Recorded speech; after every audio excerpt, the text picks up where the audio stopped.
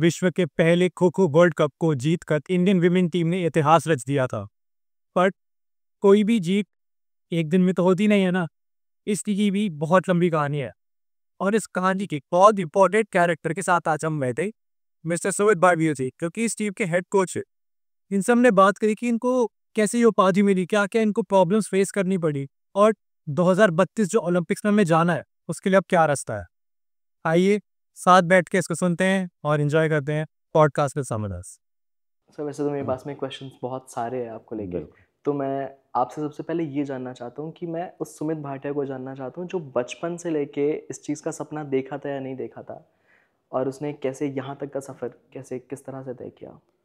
बचपन में हमने खो खो का ही सपना नहीं देखा था। मैं एज ए एथलीट में था, अगर मैं एज ए प्लेयर बात करूं तो एज ए एथलीट था। तब हमारे केंद्रीय विद्यालय स्कूल में हम थे नंबर बदरपुर में। तो वहाँ पर एक सर आए, मतलब खत्री सर थे, हमारे स्पोर्ट्स टीचर थे। तो वो मुरादाबाद से आए थे। तो वो खो खो के बहुत अच्छे टीचर थे, कोच भी थे। तो उन्होंने कहा कि हमें 5 डेज़ के बाद एक टूर्नामेंट में जाना है, जो कि केंद्रीय विद्यालय का रीजनल टूर्नामेंट है। तो उसमें आप लोग चलोगे? तो हम स्पोर्ट्स में थे, एथलेटिक्स में हम चले गए। हाँ जी। तो वहाँ से हमें खो खो का कैसे तो पहली शुरुआत हुई, और वहाँ पर हमारा इतना अच्छा टूर्नामेंट गया कि उन्होंने हमें सिर्फ कागज़ पेन पे समझाया कि खो खो कैसे होता है। बस में हम जा रहे थे, गए और फिर मैचेस चलते रहे। और वहाँ मैंने असली कोच की वैल्यू भी समझी। मैं ये कह सकता हूँ कि द्रोणाचार्य गलत नहीं था। अगर वो कोच था तो वो असली कोच था, क्योंकि उसने सबको एक एक चीज़ में निपुण किया। अर्जुन को तीरंदाजी में किया, भीम को गदा में किया, किसी को भाले में किया, सबको किया। लेकिन उसने सभी चीज़ एक को नहीं दी, क्योंकि उसने एक चीज़ अपने हाथ में रखी, वो एज ए कोच का रहता है। ऐसे उन कोच को हमने सीखा कि उन्होंने हमें सब चीज़ समझाई। लेकिन जब फाइनल मैच हमारा आया, उन्होंने बहुत मोटिवेट किया कि भाई आप खेलना चाहिए, आपको अच्छे आए 10 दिन में। और जब फाइनल मैच आता है और वो मुरादाबाद से आ जाता है, जहाँ पर वो 10 साल रहे थे एज ए टीचर, और वो 10 दिन पहले हमारे स्कूल में आए और हमें कागज़ों में समझा रहे हैं, और उनके अंदर हमने वहाँ डर देखा। तब मैंने समझा अगर बनना है तो ये डर भी नहीं होना चाहिए कोच के अंदर। उनके अंदर ये डर था कि भाई कहीं ये 10 दिन वाली टीम मेरे 10 साल की मेहनत को ख़त्म ना कर दे। तो वो डर भी कोच में रहता है, खिलाड़ी में रहता है, तो कोच में भी रहता है। वहाँ से हमें समझ आया कि हमें कितना भी हो, हमें खिलाड़ी के सामने अपना डर नहीं दिखाना। कोई मैच कोई भी हो, डर दोनों में रहता है। हम मोटिवेट करते हैं खिलाड़ी को कि भाई आप खेलो, अच्छा खेलना, डरना मत। लेकिन कोच भी डर रहा होता है और कोच का लक चल रहा होता है। तो वहाँ पर वही हुआ, और फिर वो मैच हम लूज़ कर गए थे क्योंकि इतना था, उनकी टीम अच्छी थी। लेकिन वो डर से समझ आया और कोच से समझ आया कि क्या, वहाँ से हमने खो खो स्टार्ट करी। केंद्रीय विद्यालय में बहुत रहा, तब 7 मिनट्स के गेम थे, अब भी 7 मिनट, तो नॉट आउट भी रहे। तो उस वहाँ से जर्नी स्टार्ट हुई है। तो एथलेटिक्स और खो खो दोनों मेरा साथ से चलता रहा एज ए प्लेयर। तो 12th तक वहाँ से किया, फिर कॉलेज में आए। फिज़िकल कॉलेज है दिल्ली में, एक ही फिज़िकल कॉलेज है, Indira Gandhi institute of physical education sports sciences. वहाँ पर भी जाने का पर्पज़ ये था कि हमने खत्री सर जो थे कि भाई हमें पीईटी बनना है, स्पोर्ट्स टीचर बनना है। हमें ये नहीं पता था, हम तो था कि जो विसल बजा लेगा या चूना डाल लेगा वो टीचर बन जाता है। ये नहीं पता था कि उसके लिए भी एक्स्ट्रा क्वालिफिकेशन चाहिए। तो हमने वहाँ से बीएससी इन फिजिकल एजुकेशन करी। वहाँ से हमारा फर्स्ट स्टेप स्टार्ट होता है एज ए टीचर। उसके बाद फिर हमने बीपीएड करी, नागपुर से एमपीएड करी, भोपाल से फिर एमफिल करी। तो ये सिलसिला वहाँ से स्टार्ट हुआ है और खो खो का जुनून वहीं से शुरू हुआ। तो इन सभी के दौरान लाइक खो खो लगातार चलता रहा। बिल्कुल, खिलाड़ी के रूप में भी चलता रहा, कोचिंग के रूप में भी चलता रहा। जब हम कॉलेज में आ गए तो हम कहीं ना कहीं इंस्टीट्यूट में कोचिंग, वो इंटर्नशिप कह सकते हैं हम, उसमें भी हमें जाना पड़ता था। तो वो चीज़ सिलसिला चालू हो गया। तो उसी टाइम पे मैंने अपनी टीम स्टार्ट करी बनाना। फिर वो नेशनल स्टेडियम हमारी टीम थी दिल्ली सेंटर के नाम से।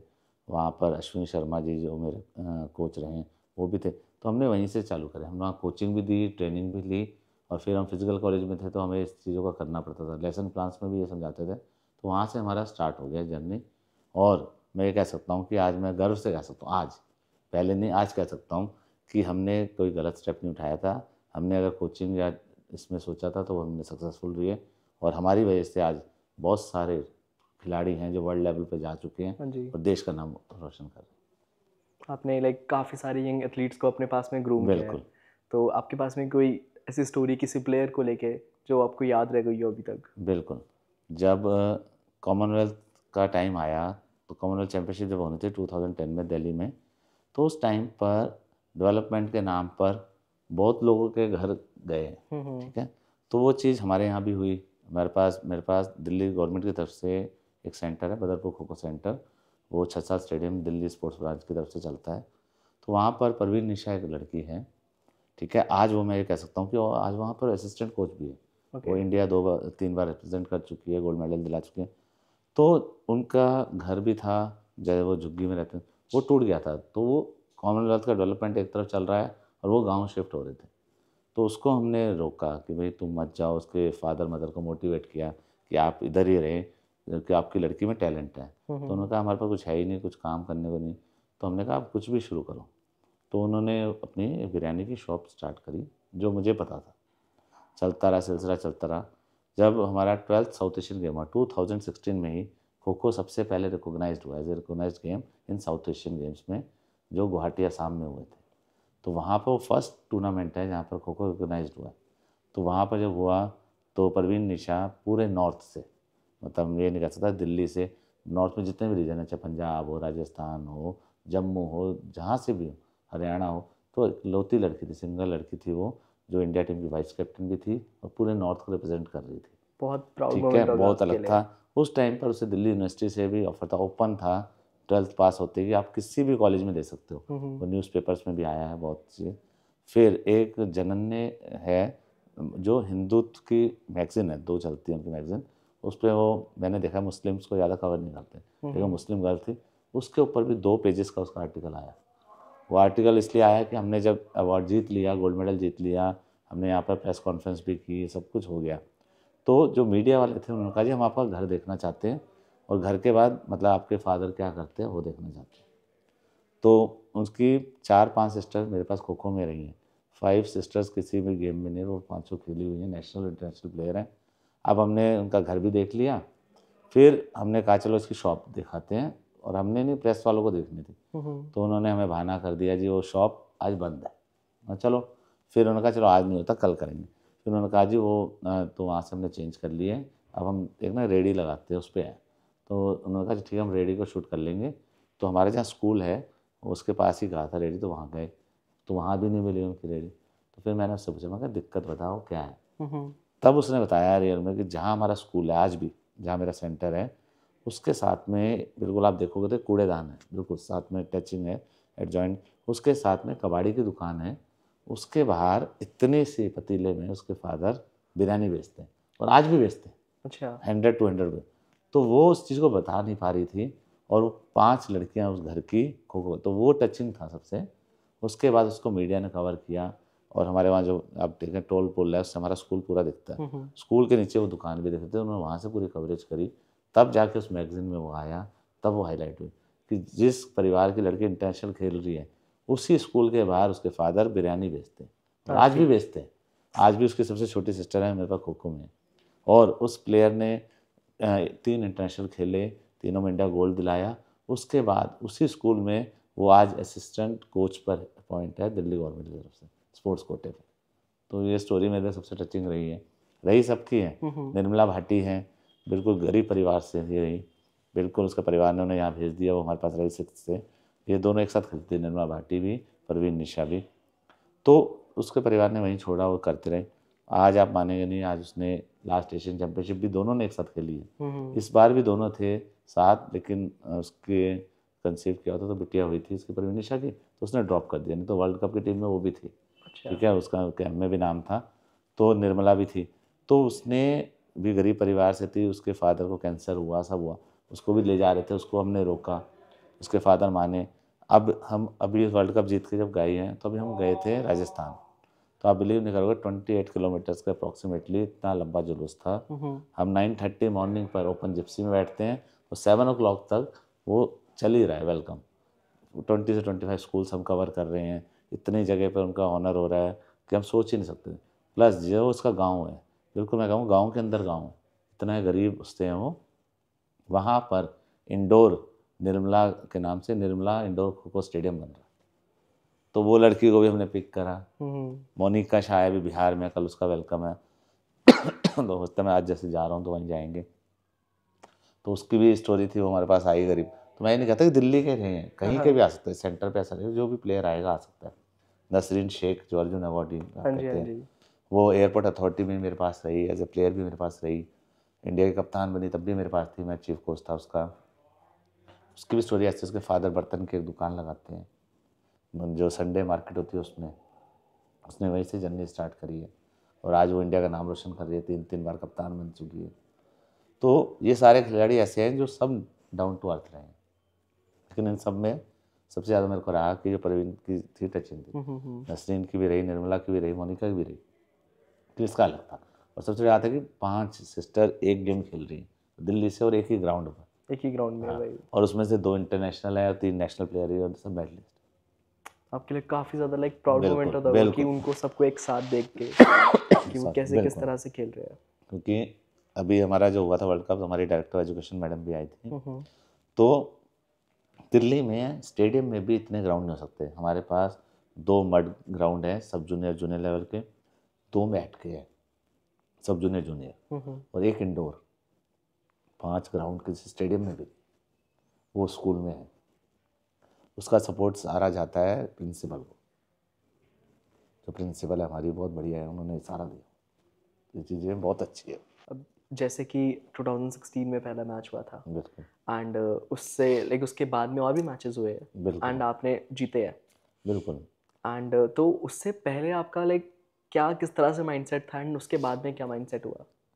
देखिए 2000 मैं 8 से एज ए कोच पे उस पर वर्क कर, हाँ कोच जी, पे तो मैं 2000 से हूँ, और 2008 से एज ए फेडरेशन में हाँ भी जी। हम काम कर रहे थे। Kho kho federation of India की जो बॉडी है वो 2008 में दिल्ली में आ गई थी, तो वहीं से रन हो रही थी, तो हम तब से जुड़े हुए थे फेडरेशन में। उससे पहले एज ए कोच पे तो हम काम कर ही रहे थे, तो तब भी किसी के सपने में भी नहीं, ड्रीम में भी नहीं था हाँ कि हम इस स्टेज तक पहुंच सकते। आज हम ओलंपिक के लिए भी सोच रहे हैं, जबकि 1936 में बर्लिन ओलंपिक में डेमो हो चुका है, और आज हम 2036 में 100 ईयर्स के बाद हम ये उम्मीद करेंगे 2036 में जब ओलंपिक इंडिया में होगा तो खो खो उसमें होगा। तो हम देखो 100 साल पीछे चल रहे थे, तो किसी के उसमें भी नहीं था कि हम यहाँ तक पहुँचेंगे। तो लेकिन वो सिलसिला चलता रहा, मेहनत सब कर रहे थे। आज आप सभी खिलाड़ियों से पूछिए कि हमारा गेम ओलंपिक्स में जा रहा है, सबके चेहरों पे खुशी है, बिल्कुल सबके, बिल्कुल। लेकिन एक भी नहीं खेलेगा। उस टाइम तक एक भी खिलाड़ी नहीं होगा इस टीम का, जो मैं एज ए कोच या चीफ कोच में एक्सपीरियंस करता हूँ, क्योंकि सब 20-25 प्लस हैं, तो इतना लंबा एज बार नहीं रह पाता है खिलाड़ी का। लेकिन खुशी है सबको कि अगर वो ओलंपिक में नाम आएगा तो हम भी कह सकेंगे कि हमारा गेम ओलंपिक में है, हमारा गेम एशियन गेम्स में है, कॉमनवेल्थ चैंपियनशिप में है, हमारे वर्ल्ड कप होते हैं, हाँ जी, हमारे इंडिया नेपाल टेस्ट सीरीज़ हैं और टेस्ट सीरीज़ है, मलेशिया टेस्ट तो चल रही, साउथ एशियन गेम है। तो ये सपने में पहले किसी के नहीं था, आज सबकी जुबान पर है।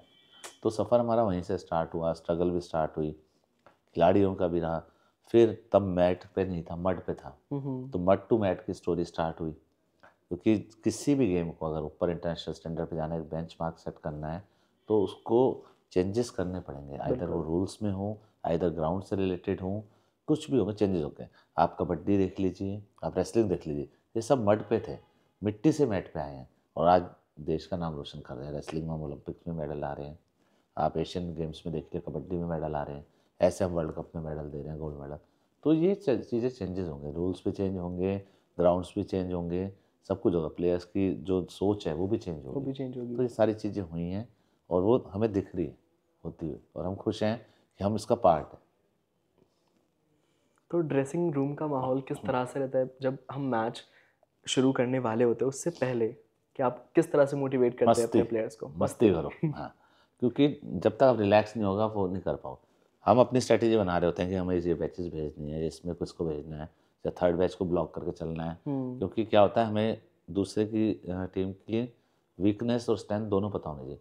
तो हमें पता है कि हमारे पास तो स्ट्रॉन्ग हैं, तो क्या होता है जैसे आपके पास 4 बैचेस आप भेजते हैं ना 3-3 के उसमें, तो आपको नेक्स्ट टर्न में भी मान लीजिए हमारे 5 प्लेयर्स आउट हुए या 6 आउट हुए, तो नेक्स्ट टर्न में 7, 8, 9 नंबर ही आएगा, फिर आपका 10, 11, 12 आएगा।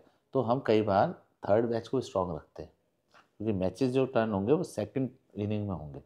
मतलब कि जैसे खो खो में 4 टर्न होती हैं और 2 इनिंग होती है, एक बार हाँ आपको जी, चेस करना है, एक बार अटैक करना, ऐसे ही सेकंड टर्न इनिंग में भी एक बार चेज ऐसा। तो कई बार हम अपनी स्ट्रेटेजी बनाते हैं कि बाद में, लेकिन प्लेयर्स को कहते हैं आप इन्जॉय करो, आप अच्छे दिखो, मैं खुद जब भी उतरता हूँ ग्राउंड पे, चाहे मेरी अल्टीमेट खो खो लीग हो, चाहे नेशनल्स हो, चाहे अभी वर्ल्ड कप था, तो कुछ ना कुछ हम मोटिवेशनल लेके चलते हैं, कुछ ना कुछ मैं थीम रखता हूँ, चाहे वो हाथों में मास्किंग करके करता हूँ।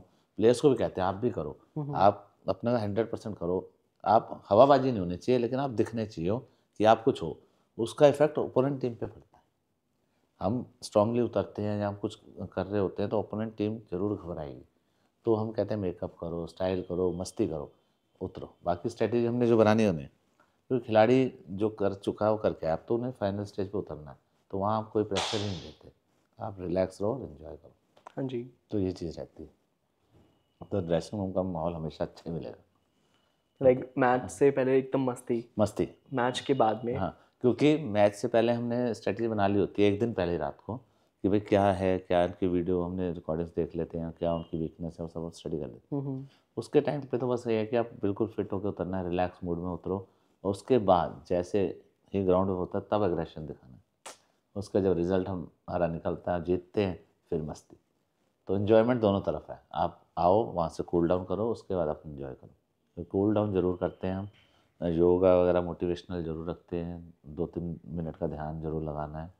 आप सोचो कि आपने क्या किया, आप सोचो आपने क्या बेस्ट किया है, वो सोच लिया, आप क्या बेस्ट कर सकते थे, ये चीज़ ज़रूर करो, और वो नेक्स्ट मैच में आपको इम्प्लीमेंट करनी है। वो हम कुछ नहीं कहते, आप अपना करो, करके आओ। हम ये नहीं कहते तूने वो नहीं किया, तूने कुछ नहीं। जब हो जाता है, सब हो जाता है, फिर नेक्स्ट डे रेस्ट होता है, जब नेक्स्ट डे मैच है तो इवनिंग में, तब हम उनके जो उस मैच के बारे में बता देते हैं कि आपकी ये वीकनेस थी, इसको आपको दोबारा नहीं दोहराना। लेकिन उस टाइम हम फ्री छोड़ते हैं कि आप करो, रिलैक्स करके आओ। तो ये रहता है, और कैप्टन का रोल रहता है, कैप्टन उन्हें, वाइस कैप्टन उन्हें लेके चलते हैं, तो उनके ऊपर पूरा हो रहा है। आपको लेट हो रहा है? नहीं नहीं, नहीं, ओके। कोई बाकी जैसे कि आपको खो खो बहुत अच्छे से आता है, आप सिखा रहे हैं, आप कोच हैं, हम्म। काफ़ी टाइम से कोच हैं आप। तो इसके अलावा भी आपके कोई और लाइक शौक, हॉबीज़ जिनको आप साइड तरीके से? कुछ नहीं, कुछ सिर्फ भी खो नहीं, खो। सिर्फ खो खो। हाँ, ब्लड में खो खो ही है। क्योंकि ना रीज़न है, आप दो नाव में पाँव रखोगे ना तो हाँ गिरोगे, जी। तो आपको स्पेशलाइजेशन एक में ही रखना पड़ेगा। तो हमारा स्पेशलाइजेशन खो खो है। हाँ, खो खो में एंटर होने से पहले हम कई चीज़ें चेंजेस करते हैं, जैसे कि लंगड़ी गेम है, हम वो लंगड़ी गेम बच्चों को खिलाते हैं, लेकिन उसका भी कॉन्सेप्ट ये है कि उसे क्यों खिला रहे हैं, कि ताकि उनकी काफ मसल्स मजबूत हों, टांगों में जान हो, और उसका रिजल्ट हम खो खो में ले सकें। जी। ठीक है, हम आट्या पाट्या खिलाते हैं, वो उसका जो गैलरी खेलते हैं बच्चे, उसका भी यही है रीज़न, वो खेलेंगे तो उनकी डोजिंग बनती है, हाँ जी। अपना अगर फेक मारोगे। तो ये चीज़ें हम करते हैं, लेकिन सारा हमारा पर्पज़ एक ही है कि उस प्लेयर को हमें खो खो में लाना है, तो इसलिए हम कर रहे हैं। तो हमारा जो मेन मकसद या मेन पर्पज़ ये खो खो है, हम उसे ले करते हैं। गेम्स और भी खिलाते हैं, लेकिन उसको भी हम वही मोल्ड करते हैं। तो तो आप प्लेयर्स की, मेनली मैं अभी डाइट के बारे में बात करूँगा, कि प्लेयर्स की डाइट आप खुद से बनाते हैं या फिर उन्हें खुद पता होता है कि लाइक हमें इतना ही करना है? नहीं, पहले हम उनसे पूछते हैं आप क्या लेते हैं, हाँ जी। वो रहता है। फिर हमारे पास डाइटिशियन भी आते रहते हैं, उनसे भी हम कंसल्ट करते हैं। और कुछ हमारा अपना है कि भाई ये चीज़ें आपको लेनी ही हैं, ठीक है ना। हम उनको बता के रहते हैं, अगर मूंगफली ले रहे हैं देखो, तो हमारे पास जो हैं हर लेवल के, डाउन टू अर्थ भी हैं, मीडियम लेवल भी हैं, हाई लेवल के भी प्लेयर्स हैं। तो कई लोग ड्राई फ्रूट्स मतलब अफोर्ड नहीं कर पाते, ये रहता है। तो हम कहते हैं भाई तुम्हारा को मूंगफली है उसे भिगो के पियो। हम हमेशा कहते हैं गरीब का कच्चा बादाम, मतलब गरीब का बादाम ही मूंगफली, और उसमें बहुत कैलोरीज है। तो वो हम उन्हें डेली क्या आता है, रात को भिगो के लाओगे, उसमें चने भी डालोगे, मूंगफली डालोगे, लेके आना है आपको, प्रैक्टिस के बाद उसको खाना है। और मैं कहता हूँ कि आप भी खा के देखना, हाँ जी। वो बादाम से भी अच्छा है, वो आपकी सेहत के लिए भी अच्छा है और टेस्ट में भी अच्छा है। तो बच्चे वो लाते हैं, और वो हम जरूर चेक करते हैं। पानी की बोतल लेके आनी है, ड्राई फ्रूट्स की जगह ड्राई फ्रूट ला सकते हो वो ले आओ, नहीं ला सकते ये लाओ, या स्प्राउट्स लाओ या फ्रूट्स लाओ, मतलब प्रैक्टिस के बाद आपको लेना ही है। बनाना बहुत प्लेयर्स लाते हैं, ड्यूरिंग द मैच भी, ड्यूरिंग द प्रैक्टिस भी वो ले सकते हैं, हम देते हैं उन्हें, और हम भी प्रोवाइड करते हैं। ऐसा नहीं है कि नहीं, और हमारे नहीं, कई सेंटर्स पे ऐसे हैं, जो दिल्ली के हमारे 5-6 सेंटर चल रहे हैं इस वक्त गवर्नमेंट के। तो वहाँ भी यही है, कोचेज़ ने अपनी तरफ से कहते हैं, जैसे हम आसपास के जो भी हैं जिनकी शॉप्स हैं उनसे हम कर लेते हैं, वो जानते हैं कि उनके प्लेयर्स आ रहे हैं, तो उनका जब भी आता है कभी वो चने दे जाते हैं, कभी वो स्प्राउट्स दे जाते हैं, कभी वो अपना कच्ची मूंगफली दे जाते हैं, तो हम उसमें से भिगो के रखते हैं, और वो प्लेयर्स जाते हुए कभी ले जाते हैं। तो ऐसा भी है, और कई सेंटर्स में भी ऐसा होता है, तो चीज़ें चलती रहती हैं। लेकिन डाइट के लिए फिर हम जो प्रॉपर जब आ जाता है प्लेयर, एज ए प्लेयर बन जाता है, हम्म। तो फिर हम डाइटिशियन वगैरह से कंसल्ट कराते हैं। अपना तो हम करते ही हैं कि भाई कल को दिन, और जैसे जिम का है उसके बाद उस दिन की डाइट, अगर सैटरडे को जिम नहीं करना है तो उसके बाद भी आपको डाइट कॉन्शियस रहना, तो वो चीज़ें रहती हैं। बाकी दूध पीना करना, ये सब तो उनका रहता है रूटीन में। अंडे जो है, नॉन वेज है, अंडे खाते हैं, मटन चिकन का रहता है। और हमारे पास बहुत है, मुस्लिम्स भी हैं हमारे पास, देखो पहाड़ी गर्ल्स भी हैं जब, तो इनको बड़ा रहता है चिकन और मटन का, तो खाते हैं। और जिसको हमें दिखता है कि उसकी नीज वगैरह भी, हम उन्हें खरोड़े का सूप भी प्रेफर करते हैं कि आपको एक दिन जरूर लेना है। हाँ जी। अगर अफोर्ड कर सकते हो 2 दिन ले लो, उसका भी बहुत इफेक्ट पड़ता है। हाँ, मैंने क्योंकि सुना है सारा इसका। काम इस घुटने का, जी। इसमें कुछ नहीं जाएगा, आपका घुटना जाएगा, ये कुछ नहीं लेगा आपसे। खो खो में आपके कुछ और एक्स्ट्रा नहीं लगता, लेकिन जाएगी तो नहीं जाएगी, नी रिप्लेसमेंट ही होगी। तो उसके लिए हम पहले से प्रिपेयर करा के चलते हैं। क्योंकि अब हमारा क्या है कि 2016 में मैट आए हैं, उसी टाइम पे स्टार्ट हुआ है सारी चीज़ें। तो पहले प्लेयर मैट पे थे, अब बिगनर्स में जो बच्चा है, प्लेयर है, सब जूनियर लेवल का है, वो भी मैट पे आ जाता है, पहले नहीं आते। तो उसको मैट की जर्नी इतने ऊपर तक जाना है, तो उसको इसको उस घुटने को, नी को मजबूत रखना पड़ेगा। तो हम कह देते हैं कि आप ये भी शुरू करो, करते हैं अपने। तो डाइट का तो रहता ही है इसमें रोल। बहुत ज़्यादा। लाइक एक नॉर्मल इंसान जो नॉर्मल अपना डेली लाइफ जी रहा है, वो बिल्कुल, खो खो के प्लेयर के अलावा बहुत अलग है। बहुत ज़्यादा अलग है। कैलोरीज भी ज़्यादा हैं, उसमें कैलोरीज बर्न भी ज़्यादा होती हैं, हम्म। उस हिसाब से आपको लेके चलना पड़ता है। नॉर्मल जो भी है आम इंसान, उससे लगा लीजिए 1000 से 1500 कैलोरीज एक्स्ट्रा ही लेके चलते हैं, तो उतनी बर्न करनी पड़ रही है हाँ, आपको, उतना obviously। तो ये रहता है। तो एक तरीके से अगर किसी को स्टार्ट करना हो अपना खो खो में करियर, तो वो लाइक कहाँ से, like from the very basic level कहाँ से शुरू कर सकता है? देखिए, अगर वैसे हम कहें ना, तो बच्चा पैदा होते ही खो खो खेलना स्टार्ट कर देता है। जब वो चल रहा है, कर रहा है, मूवमेंट आ गई तो गेम स्टार्ट हो गया। लेकिन जब हमारे जो MCD स्कूल्स हैं, मतलब 5th स्टैंडर्ड तक के हैं, तो वहाँ पर सेकंड थर्ड क्लास से स्टार्ट हो जाता है। तो 8 ईयर्स का प्लेयर जब बच्चा ठीक है, उसको शुरू करते हैं, लेकिन उस पर हम सीधा लोड नहीं डालते। हम एकदम सीधा नहीं स्टार्ट करते कि how to sit in square बताने लग गए, और फर्स्ट स्टेप क्या चलेगा, डिजिटल मेथड है, या कुछ नहीं बताते। आप आओ, एंजॉय करो, कोई गेम खेलो, हम कोई गेम बनाए हुए हैं भाई, चूहा दौड़, ये करो, कुछ भी करो, एंजॉय करो। जब उसमें एंजॉयमेंट आ जाएगा और उसके अंदर वो इंटरेस्ट स्टार्ट हो जाएगा ना, तब हम उसे लाते हैं। क्योंकि छोटे बच्चे हमारे पाते हैं सेकंड थर्ड स्टैंडर्ड के आते हैं, तो 8 ईयर्स के बाद ये स्टार्ट हो जाता है। फिर धीरे धीरे उनकी रनिंग स्टार्ट होती है, फिर धीरे धीरे हम कौन ला के जिग स्टार्ट कर देते हैं, कभी कभार पोल टर्निंग करा दी, फिर रिक्रेशनल पे रखते हैं उन्हें, लीड अप गेम्स खिलाएंगे। जब उनको 1 आध साल में हो जाता है ना कि हाँ अब, फिर उन पे हम करते हैं स्टार्ट कि आपको कैसे बैठना है, क्या प्रॉपर सिटिंग है, कौन सा फुट निकालना है, कैसे टर्निंग होगी, क्या, तब स्टार्ट होता है। तो मैं कह सकता हूँ 7 8 ईयर्स में सेकंड थर्ड स्टैंडर्ड में ठीक है, क्योंकि 6th क्लास से उनके कंपटीशन स्टार्ट हो जाते हैं। कई बच्चे हमारे 6th स्टैंडर्ड में आते हैं। मैं जैसा आपको बता रहा हूँ, परवीन, निशा, निर्मला, सब 6th में आए हैं हमारे पास, ओके। और ये आज देश का नाम रोशन कर रहे हैं, वर्ल्ड कप भी जिता रहे हैं। तो लेकिन सेकंड थर्ड में जो आएगा वो कहाँ तक जाएगा। बिल्कुल। अब नसरीन शेख, अर्जुन वाडिया, वो सेकंड थर्ड में स्टार्ट किया हुआ उन्होंने, ठीक है। अभी प्रियंका इंगले हमारे पास कप्तान थी वर्ल्ड कप में, वो भी सेकंड थर्ड में स्टार्ट कर चुके।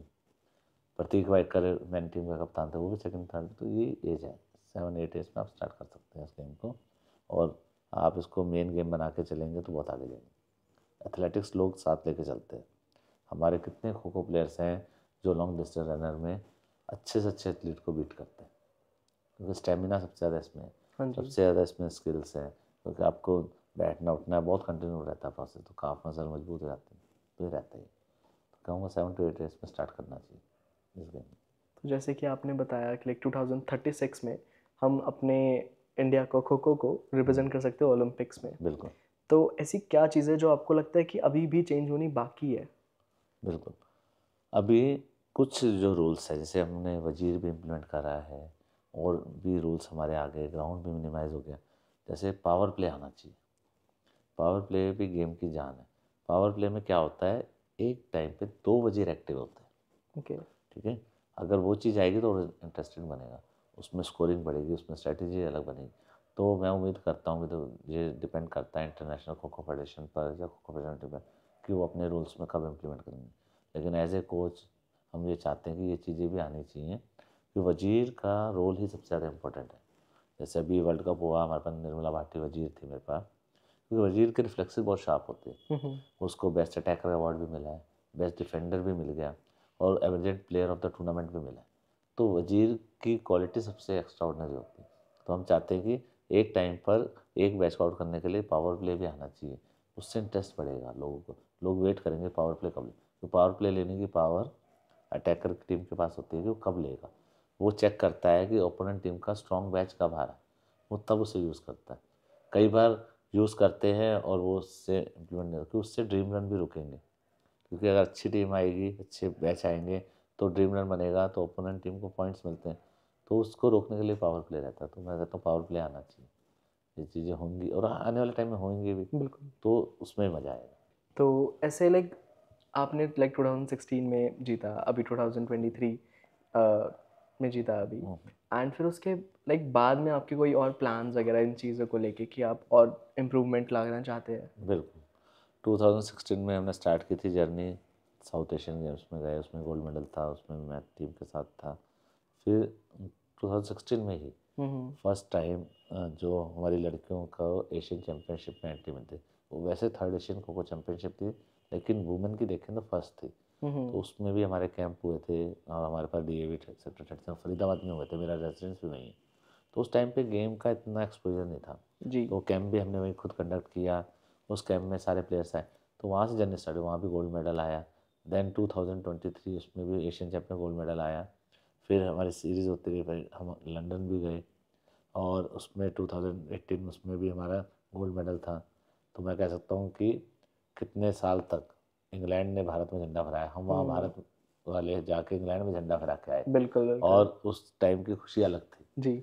उसके बाद साउथ एशियन गेम्स हुए नेपाल में, वहाँ भी हमारा गोल्ड रहा। तो ये जर्नी चलती रही, और अब जैसे ही वर्ल्ड कप हुआ 2025 में 19 जनवरी को जैसे हमने गोल्ड मेडल जीता है, तो हमारी उम्मीदें और बढ़ गई है। अब हमारा मेरा एज ए चीफ कोच ये हैट्रिक थी, मेरा तीसरा गोल्ड मेडल था जो मैंने देश को दिलवाया। 2 साउथ एशियन जो फर्स्ट हुआ था उसमें भी था, लेकिन मेन जो रिकॉग्नाइज था जिसमें एज ए चीफ कोच मैं रहा हूँ, third Asian kho kho championship हुई उसमें रहा, देन फोर्थ एशियन चैम्पियनशिप हुई उसमें भी चीफ कोच रहा, और अब वर्ल्ड कप में भी था। तो एज ए चीफ कोच मेरी हैट्रिक थी और तीसरा गोल्ड मेडल था, और अब 3 और हम चाहते हैं। मतलब वो कहते हैं ना, इंसान का लालच बढ़ता रहता हाँ है, जी हाँ तो जी। अभी 3 हमारे और रहते हैं स्टेप जो हम चाहते हैं। हमारे को अगर ओलंपिक तक जाना है तो हमें उससे पहले एशियन गेम्स को भी पकड़ना है और कॉमनवेल्थ चैम्पियनशिप को भी। तो हम चाहते हैं कॉमनवेल्थ चैम्पियनशिप में भी भारत को गोल्ड मिले, एशियन गेम्स में मिले और ओलंपिक में मिले। तो ये 3 हमारे ड्रीम हैं जो हम चाहते हैं फुलफिल करेंगे, और देश को 100% गोल्ड मेडल दिलाएंगे, क्योंकि फिर उस टाइम पे जब होगा तो उस प्रैक्टिस भी उसी टाइप से होगी। हाँ जी बिल्कुल। उसमें चीज़ें भी चेंजेस होंगी, ठीक है ना, उसमें स्टाइल्स भी चेंज होंगे, सब कुछ होगा, अटैकिंग का भी होगा, क्योंकि अभी भी हमारे पास अटैकिंग के कोच अलग है, डिफेंस के अलग है, सब चीज़ों का होता है, वजीर के कोचेज़ अलग हैं, तब सबका एक समावेश बनेगा, और मेरे को उम्मीद है कि उस टाइम पे हम देश का नाम फिर रोशन करेंगे। तो मेनली मैं अगर ये लाइक आपने कहा लालच है, बिल्कुल, तो ये लालच गोल्ड का लालच है। हाँ बिल्कुल, कि आप आपकी डेडिकेशन और पैशन की वजह से बिल्कुल ये चीज़ आज हो पाई है। बिल्कुल, और 3 चीज़ ले ली और 3 और लेने की रहती है। वो थोड़ा है, थोड़े की ज़रूरत है, तो वो वाली बात है, वो चल रहा है, वो खिलाड़ियों में भी है। खिलाड़ी भी चाहते हैं कि हम कॉमनवेल्थ चैम्पियनशिप में भी आएँ, एशियन गेम्स में भी आएँ, ओलंपिक्स में भी आएँ। और मैं उम्मीद करता हूँ कि जिस स्पीड से हमारी फेडरेशन काम कर रही है, जो हमारे सुधांशु मित्तल जी हैं प्रेसिडेंट हैं, वो IKKF international kho kho federation के भी हैं और KKFI kho kho federation of India के भी हैं। जो अभी हमारे जनरल सेक्रेटरी है श्री MS त्यागी जी, वो एशियन में भी टेस्ट आ रहे हैं, और अभी हमारी kho kho federation of India के जनरल सेक्रेटरी हैं। तो ये सब लोग जुड़े हुए हैं, रोहित हल्दानिया हैं इंटरनेशनल, ये सब लोग जुड़े हुए हैं। तो मैं उम्मीद करता हूँ कि जल्द ही जल्द हमारे गेम आगे बढ़ता जाएगा, और हम कॉमनवेल्थ चैम्पियनशिप, एशियन गेम्स और ओलंपिक्स में पार्टिसिपेट भी करेंगे और भारत को गोल्ड मेडल भी दिलाएंगे। ये बहुत लाइक बड़ी बात है बिल्कुल। कि अगर बचपन वाला सुमित भाटिया देखेगा इस हाँ, चीज़ को, बिल्कुल तो वो आज वाले सुमित भाटिया पे विश्वास नहीं कर पाएगा कि मैं ये कर दिया। कर दिया। बिल्कुल, हमें खुद नहीं होता विश्वास, कई बार हमारे घर वालों को भी नहीं होता, घर वालों को, मोहल्ले को। अब वर्ल्ड कप हुआ है तो सबको दिख रहा है, अच्छा आप उसमें। एक टाइम था हम ये नहीं कह पाते थे कि हम खो खो के कोच हैं, आज हम जा रहे हैं तो खिलाड़ी कहता है कि वो देखो वो खो खो का कोच जा रहा है। तो फ़र्क आ गया, सोच में फ़र्क आ गया, क्योंकि गेम का लेवल नहीं था, स्टैंडर्ड नहीं था। अब मीडिया में भी आ गया, एक्सपोज मिल रहा है, इंस्टा पे भी आप देख रहे हैं, हर जगह देख रहे हैं, सोशल मीडिया में तो पहले मैं कहता हूँ कि जबकि क्रिकेट से ज़्यादा डिस्ट्रिक्ट्स में इस वक्त खो खो खेला जाता है, हाँ आप जी। चेक कर लीजिए, लेकिन एक्सपोजर नहीं। और अब चालू हुआ है, वर्ल्ड कप में हुआ, वर्ल्ड में टीम्स बनी, पहले हमारे इंडिया में ही था, इंडिया थोड़ा एशियन में आया, हम ये कहेंगे जंगल में मोर नाचा किसने देखा, लेकिन अब आप देखिए कि पूरे वर्ल्ड में फैल रहा है, 55 कंट्रीज़ में ऑलरेडी चल रहा है और जल्दी से 110 में होगा। और इस बार फर्स्ट टाइम था, फर्स्ट वर्ल्ड कप में 34 कंट्रीज़ की एंट्रीज आई थी, ठीक है।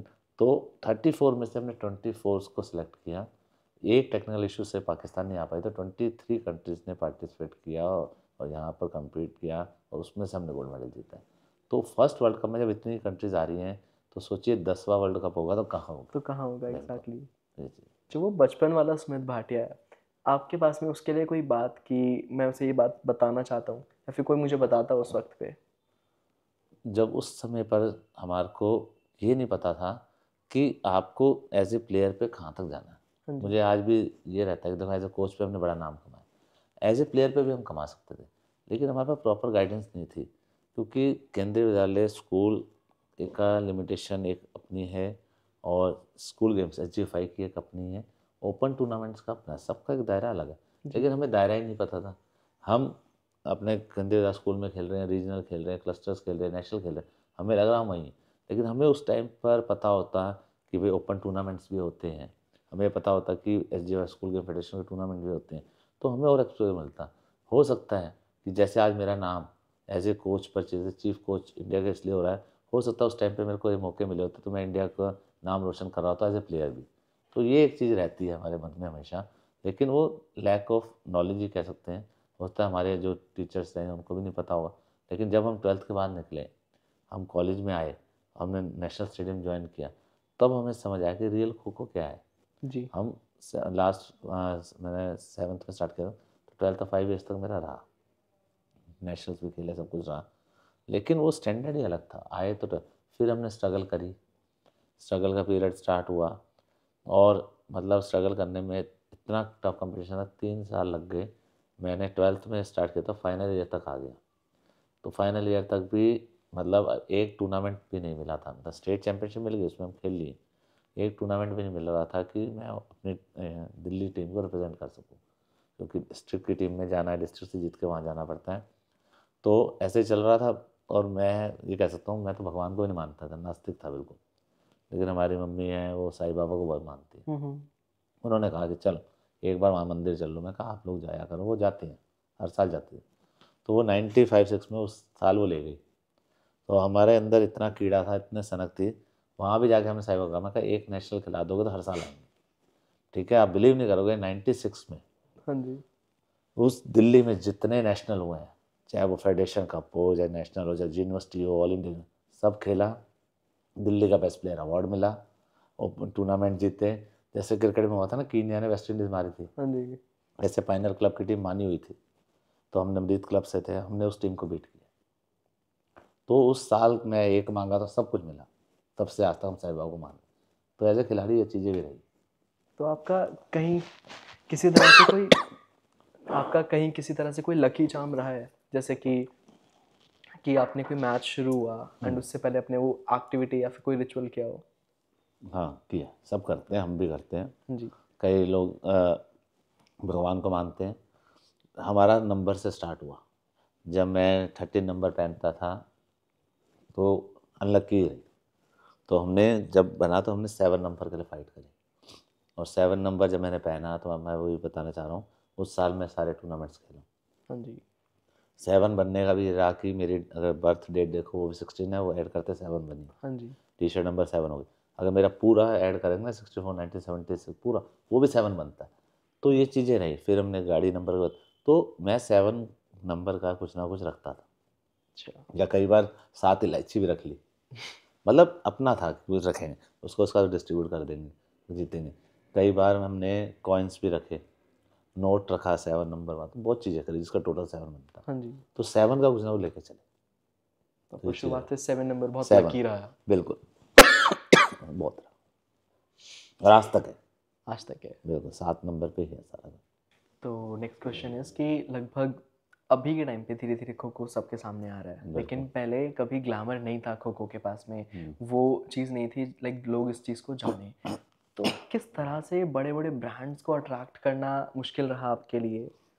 बिल्कुल, पहले देखो खो खो का इतना कहीं भी exposure था ही नहीं। सैफ गेम्स में थोड़ा सा हुआ, देन एशियन में हुआ, लेकिन 3 साल पहले जब अल्टीमेट खो खो लीग आई तो मैं कह सकता हूँ ग्लैमर वहाँ से स्टार्ट हुआ। नहीं तो ऐसे हमारे कितने खिलाड़ी हैं जिन्हें कोई भी नहीं जानता था, कोचों को कोई नहीं जानता था, लेकिन जब सोनी टीवी पे हमारा खो खो आया और लीग स्टार्ट हुई तो एक अलग ही इम्पैक्ट पड़ा। खिलाड़ी हैं, अच्छे अच्छे खिलाड़ी, रामजी कश्यप, प्रतीक वैकर, इन्हें पूरे इंडिया जानने लगे। जी। हमारे उस टाइम पे किसी ने ऑटोग्राफ भी नहीं लिए थे। मैं तेलुगु योद्धा सा GMR ग्रुप है हमारा, उसका मैं एज ए हेड कोच हूँ। हमारी टीम फाइनल भी खेली। उड़ीसा गवर्नमेंट ने एक टीम ली, ऐसे अदानी ग्रुप ने एक ली। तो जितने भी बड़े वो हैं, क्योंकि GMR ग्रुप बहुत बड़ा, तो क्रिकेट की टीम भी है, दिल्ली कैपिटल है कबड्डी हर उसमें हो। तो ऐसे कई लोग ऐसे जुड़े, कैप्री ग्लोबल जुड़ा, तो वहाँ से स्टार्ट हुआ इसका, कह सकते हैं ग्लैमर आना, जब प्लेयर्स को कुछ मिलना, प्रोफेशनलिज्म वहाँ से स्टार्ट हुआ। जी। वहाँ से ऐड भी बढ़ी, प्लेयर्स को भी ऐड मिलनी स्टार्ट हुई। खाली ये नहीं कि उस तक सीमित रहा। Ultimate kho kho league season 1 के बाद बहुत सारे प्लेयर्स हैं, उनको एड्स मिली हैं। किसी ने अपना जिमनेजियम में जाके करी, किसी ने कहीं भी करा, चलता रहा। फूड सप्लीमेंट्स पे मिला, कोचेज़ में हमें मिला। तो ये चीज़ें वहाँ से स्टार्ट हुई, तब हमें लगा कुछ है। सेकंड सीज़न आया तो वहाँ उड़ीसा में हुआ, तो वहाँ भी बहुत। अब थर्ड सीज़न का अलग इम्पैक्ट देखेंगे, वर्ल्ड कप हो चुका है तो अब इंटरनेशनल प्लेयर्स भी उसमें आएंगे। तो ऐड का, उसकी जर्नी ग्लैमर का स्टार्ट हो चुका है। उम्मीद किसी को नहीं थी, क्योंकि लीग भी किसी ने नहीं सोची थी। तो लेकिन ये चीज़ें जैसे स्टार्ट हुई तो एक अलग सा फ़र्क पड़ गया। और मैं तो ये कह सकता हूँ कि वो उसी का फ़र्क है जो आज मैं यहाँ बैठा हूँ। जी। ठीक है ना भाई? नहीं तो हो सकता है हम आज यहाँ भी ना होते, हम रेडियो तक ही सीमित होते, कहीं तक रह गए। लेकिन है फ़र्क, और उसका एडवांटेज सबको मिल रहा है। इंडिजिनस गेम है, माटी का खेल है, ऐसे कई और खेल भी हैं जो जुड़े, लेकिन एक्सपोजर मिलना स्टार्ट हो चुका है। 2-3 साल से बहुत ज़्यादा मिला है। वर्ल्ड कप में तो बहुत ही अच्छा गया है और आगे उम्मीद करते हैं और भी अच्छा जाएगा। तो उसका फ़ायदा सबको है और ये रुकेगा नहीं, क्योंकि गेम जो भी देखता है उसको इंटरेस्ट आता ही है। और अब जो है कि इसमें खेल का, मैं कह सकता हूँ, नया अवतार है। जी। जो हमने गेम का स्वरूप चेंज किया है, उसके हिसाब से ग्राउंड को मिनिमाइज़ करा है, ठीक है, बैचेस को चेंज किया है, रिव्यू सिस्टम्स आ गए हैं, वजीर आ गया है, बहुत सारी चीज़ें, स्काई डाइव आई थी पहले, कोई चीज़ें ऐसी आई कि अलग थे, पोल डाइव के एक्स्ट्रा पॉइंट्स भी आए हैं, कभी हम उन्हें रखते हैं, वो चेंजेस होते रहते हैं। तो ये चेंजेस हो रहे हैं, चल रहा है। और उसके साथ साथ आप देखें प्रोफेशनलिज्म आ गए हैं, और कितनी कंपनीज आ चुकी हैं जिन्होंने करा है। इंडियन ऑयल ने, इवन ये तो हम कह रहे हैं इंटरनेशनल, नेशनल लेवल, अभी सीनियर नेशनल हुआ था हाल ही में दिल्ली में, उसमें भी बहुत सारी कंपनीज थी। इंडियन ऑयल तक ने प्राइज़ मनी भी दी है प्लेयर्स को, सब कुछ किया। किसी ने कुछ स्पॉन्सर किया, किसी ने वाटर बॉटल्स का किया, कैंपा ने करा, ऐसे चलता। तो मैं कह सकता हूँ कि अब ग्लैमर साथ आ चुका है, स्पॉन्सर्स आ रहे हैं, और उसका एडवांटेज सबको मिल रहा है। खो खो को तो मिल ही रहा है, खो खो गेम को तो सब जान ही रहे हैं, लेकिन खिलाड़ी को भी आर्थिक रूप से मदद मिल रही है, तो ये बहुत जी। अच्छा है। अब जैसे कि Salman Khan is the brand ambassador बिल्कुल। ऑफ खो खो, तो उसके पीछे का थॉट क्या है असलियत में कि सलमान खान ही क्यों? नहीं, सलमान खान का जो था, आप ये देखिए, जो भी अगर आप फ़िल्म्स पे भी देखेंगे या वैसे भी देखेंगे, उसका एक अलग इम्पैक्ट पड़ता है। और वो इंडिजिनस गेम ऐसे खेलों में जुड़ने को भी तैयार रहते हैं। और हमने देखा था कि भाई इंडिजिनस गेम, मान लीजिए रेसलिंग है, तो उसमें उनकी फ़िल्म बहुत चली, सुल्तान। सुल्तान चली, ठीक है ना? आप देख लीजिए दंगल पिक्चर आई, उसमें उनका चला कि भाई तो ऐसे कई स्टार जुड़े हुए थे। शाहरुख खान थे तो उनके चक दे इंडिया चल गई, जी। ठीक है ना? तो कई स्टार्स इस तरह से जुड़ते गए। लेकिन जब हमने सलमान खान का देखा तो उनका एक नज़रिया अलग था। उनसे जब हमें बताते हैं बात, जब हमारे प्रेसिडेंट सुभाष मित्तल जी गए, जब हमारे MS त्यागी जी मिलने गए तो उनका पॉजिटिव था। हमें लगा, हमारे साथ टाइगर श्रॉफ भी रहे हैं, जी। सलमान खान दोनों, लेकिन उन्होंने एक सिंगल पाई भी नहीं ली। और जैसे ही उनसे बात हुई, सब उन्होंने कहा बिल्कुल। और वो सलमान खान आज नहीं है, आप देखिए इंडियन ओलंपिक एसोसिएशन है, उसमें भी ब्रांड एम्बेसडर रह चुके हैं, ओलंपिक्स में भी रह चुके हैं। तो स्पोर्ट्स से उनका नाता है, तो उस नाते का हमने फ़ायदा उठाया, हमको मौका मिला, और उसका नतीजा हुआ है। वो आ नहीं पाए, कुछ भी रीज़न रहा होगा, लेकिन वो ऑनलाइन टच में रहे, उनका चलता रहा, स्पीच भी आते रहे, तो वही प्लेयर्स के लिए बहुत मोटिवेशनल था।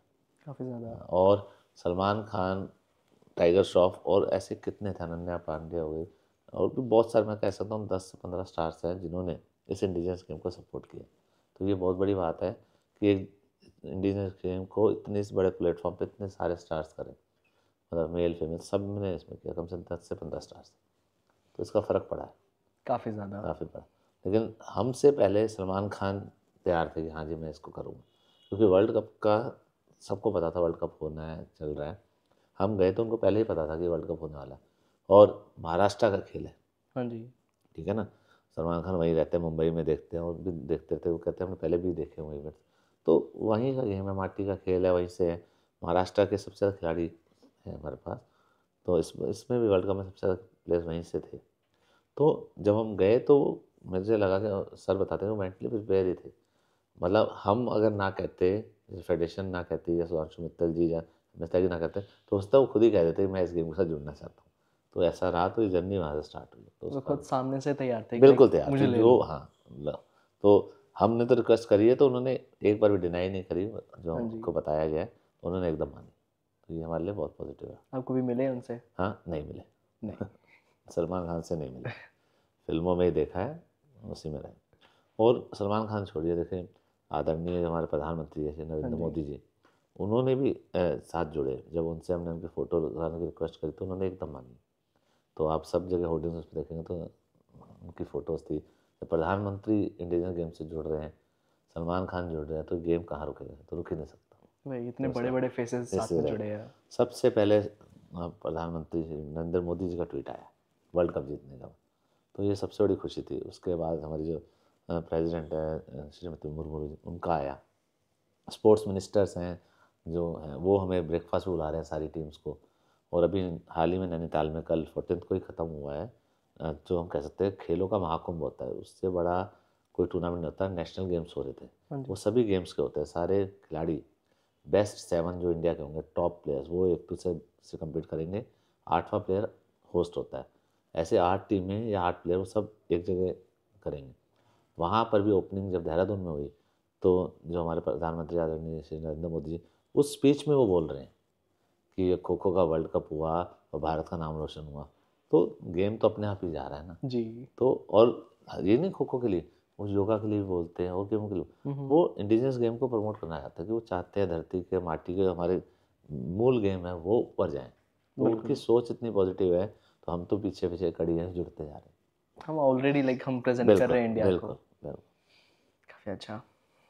बाकी आप जैसे कि अभी मैचेस वगैरह चलते रहते हैं एंड आपको अभी के टाइम पे क्या चैलेंजेस फेस होते हैं जब आप ट्रेनिंग देते हैं? देखिए नेशनल लेवल में अलग चैलेंजेस हैं, स्टेट्स में अलग हैं और इंटरनेशनल में अलग है। जब स्टेट्स में हम होते हैं, तो स्टेट्स में क्या होता है कि एक प्लेयर दूसरे प्लेयर को बहुत नज़दीक से जानता है। हाँ जी। अगर हम दिल्ली स्टेट की बात करें, तो उसमें प्लेयर आपस में खेलते भी हैं, क्लब्स में भी खेलते हैं, तो उनको उनकी वीकनेस स्ट्रेंथ सब पता है। तो वहाँ पर हमें टैक्टिक्स चेंज करने में बड़ी मुश्किल होती है, क्योंकि हमें पता है कि हम प्लेयर है ना, उसका रूटीन बहुत रिदम तोड़ना बड़ा मुश्किल हो जाता है। तो हम उसमें कई बार चेंजेस करते हैं कि आप उसे क्लैश करो, मतलब 2 प्लेयर्स को एक जगह ले आओ। फिर उसे पता है, हमें कईयों को पता है उसमें घबराहट है, तो जो भी घबराया हुआ खिलाड़ी वो बाहर ही भागेगा। तो हम उस पर अटैक बना के चलते हैं। तो इस चीज़ों को हम करते हैं। तो सबसे बड़ा चैलेंज रहता है आप जहाँ पर हो उधर। उसका नेक्स्ट चैलेंज आता है हमारे पास ओपन चैम्पियनशिप में, जो हमारी सीनियर नेशनल होता है, वो सबसे बड़ा टूर्नामेंट है। उसमें मैं एयरपोर्ट अथॉरिटी हमारे पास है, उसका एज ए चीफ कोच हूँ। तो हम 7 साल से फाइनल खेल रहे हैं, मतलब और कोई टीम नहीं होती, Maharashtra versus airport authority final होता है। अच्छा। कभी वो जीतते हैं, कभी हम जीतते हैं, ज़्यादातर वही जीतते हैं। देखो उसका रीज़न है कि उनके पास ना एक कम्बिनेशन बना होता है, हाँ जी। क्योंकि वो सबसे बड़ा चैलेंज है। क्योंकि हमारे पास जो कैंप होता है लिमिटेड होता है, प्लेयर्स अच्छे हमारे पास भी हैं हमारे पास, लेकिन कई स्टेट्स के होते हैं। उनके पास जो होता है वो एक ही स्टेट कवर कर रहे हैं, तो उनमें उनकी टैक्टिस चलती है। तो हमारे पास 1-2 प्लेयर उनके भी हैं, कुछ हमारे महाराष्ट्र के हो गए, तो कुछ हमारे पास नॉर्थ के हैं। तो वो चैलेंज रहता है, उनके हम जो कैंप लगाते हैं, तो उसमें सबसे बड़ा रहता है, क्योंकि जो अटैक है वो सेंट्रल लाइन के नियर बाई रहता है। तो प्लेयर को किस तरह से बैठना है, किस तरह करना है, उसमें रहता है। और फिर लैंग्वेज प्रॉब्लम आती है। मेरे पास केरल की भी है लड़की, मान लीजिए कर्नाटका की भी है और नॉर्थ की भी है। तो नॉर्थ की जो भाषा है, जब मान लो हरियाणा की लड़की की जो भाषा है, वो उन्हें समझ नहीं आएगी जी। उनकी। तो हमें फिर सिग्नल्स रखने पड़ते हैं, उस हिसाब से हम अटैक बनाते हैं। भाई सेकंड का मतलब है कि सेकंड का अटैक लेना है। अब सिग्नल्स भी दूसरी टीम को पता चल जाते हैं, तो हम उसे चेंज करते हैं। सेकंड का मतलब है थर्ड का अटैक मारना है, फर्स्ट का मतलब है सेकंड का अटैक मारना है। तो ये भी चेंजेस करने पड़ते हैं, प्रेशर भी डालना पड़ता है तो वहाँ भी बड़ा चैलेंज रहते हैं, क्योंकि दूसरे ओपोनेंट कोच पे प्रेशर डालना पड़ता है। जैसे हमारा 2020 में गोल्ड मेडल आया था और हमारा सीनियर नेशनल फाइनल मैच इनसे ही था। तो वहाँ भी हमने जो उनके कोच थे उस पर प्रेशर डाला उन्होंने टॉस जीत के, मान लीजिए पहले 2 ही ऑप्शन है हमारे पास, या तो आप अटैक करोगे बैठोगे या डिफेंस करोगे रनिंग करोगे।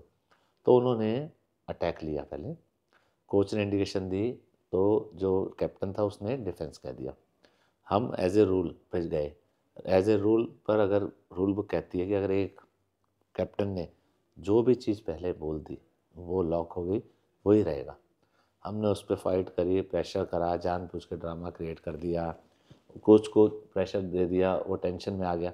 और आप वो मैच को आप देखिए यूट्यूब पे हर जगह है, हर जगह कमेंट्री में ये कहा जा रहा है महाराष्ट्र ने टॉस जीता है, वो डिफेंस करेगी, अभी उनके बैचेज आएंगे। अर्जुन अवॉर्डी भी अपने कमेंट्स में ये कह रहे हैं महाराष्ट्र टॉस जीत गई, उनका फर्स्ट मैच बहुत स्ट्रॉन्ग है, वो आएगा।